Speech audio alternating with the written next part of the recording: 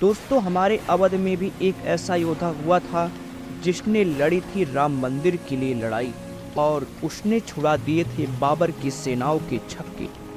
दोस्तों, इतिहास विजेताओं के सारे पर लिखा जाता है, इसलिए बलिदान की अचंभित कर देने वाली कई कहानियां उन पन्नों में अपनी जगह नहीं बना पाती। ऐसी एक कहानी है पंडित देवीदीन पांडे की, जिन्होंने राम मंदिर की रक्षा में अयोध्या का पहला भीषण युद्ध लड़ा था। राम मंदिर से सिर्फ 12 किलोमीटर दूर सनेथु गांव, जिसका भी एक अपना इतिहास है और बलिदान की दास्तान आज भी गा रहा है। दोस्तों, सनेथु गांव के निवासी देवीदीन पांडे और आसपास के गांव के लोगों ने बाबर की सेना से राम मंदिर को बचाने के लिए लंबी लड़ाई लड़ी थी, जिससे बाबर की सेना में डर का माहौल पैदा हो गया था।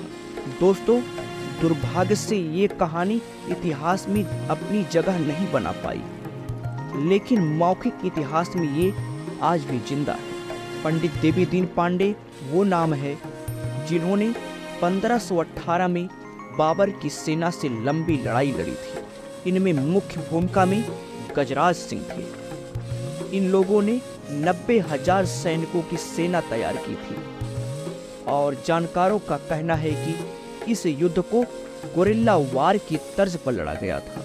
इस युद्ध में अलग अलग माध्यमों से लड़ाई लड़ी गई थी। श्री राम लला के लिए बलिदान होने वाले वीर सपूतों की 7वीं पीढ़ी ने श्री देवीदीन पांडे की विरासत और उनकी यादों को आज भी संजो कर रखा है। देवीदीन पांडे के परिवार के लोगों ने वह तलवार भी दिखाया जिससे पांडे जी ने बाबर की सेना के दांत खट्टे कर दिए और अंत में श्री राम मंदिर के लिए लड़ते लड़ते वीर गति को प्राप्त हो गए। पांडे जी के परिवार के लोग बताते हैं कि यह भीषण युद्ध 7 दिनों तक चला था।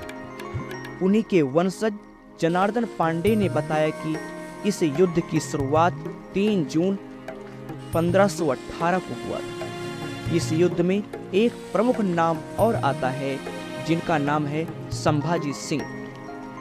उन्हीं के याद में यहाँ पर एक घाट का निर्माण भी किया गया है। उनके नेतृत्व में इस युद्ध को गोरिल्ला के तर्ज पर लड़ा गया था। बाबर की सेना दिन भर दीवार बनाती थी और रात में संभाजी की सेना जाकर के उस दीवार को गिरा देती थी, जिनसे खींचकर बाबर का सेनापति मीर बाकी अपनी सुसज्जित सेना लेकर, हाथी घोड़े लेकर और कई विकसित हथियार लेकर अयोध्या पर आक्रमण भी किया। अयोध्या में देवीदीन पांडे और मीर बाकी के बीच 7 दिनों तक भयंकर युद्ध हुआ। श्री देवीदीन पांडे ने ही अकेले 700 आतंकियों का सामना किया और उन्हें मार गिराया। उनमें से एक आतंकी ने देवीदीन पांडे के पीछे लाखौरी ईंट से प्रहार कर दिया, जिससे उनके सिर पर भयंकर चोट आ गई और लड़ते लड़ते वीर गति को प्राप्त हो गई। दोस्तों, यह लड़ाई केवल राम मंदिर के लिए नहीं था, बल्कि संपूर्ण भारत की रक्षा के लिए लड़ा गया था। दोस्तों, यदि यह वीडियो आपको अच्छा लगा हो तो हमारे चैनल को सब्सक्राइब कीजिए और अपने दोस्तों के पास शेयर जरूर कीजिए।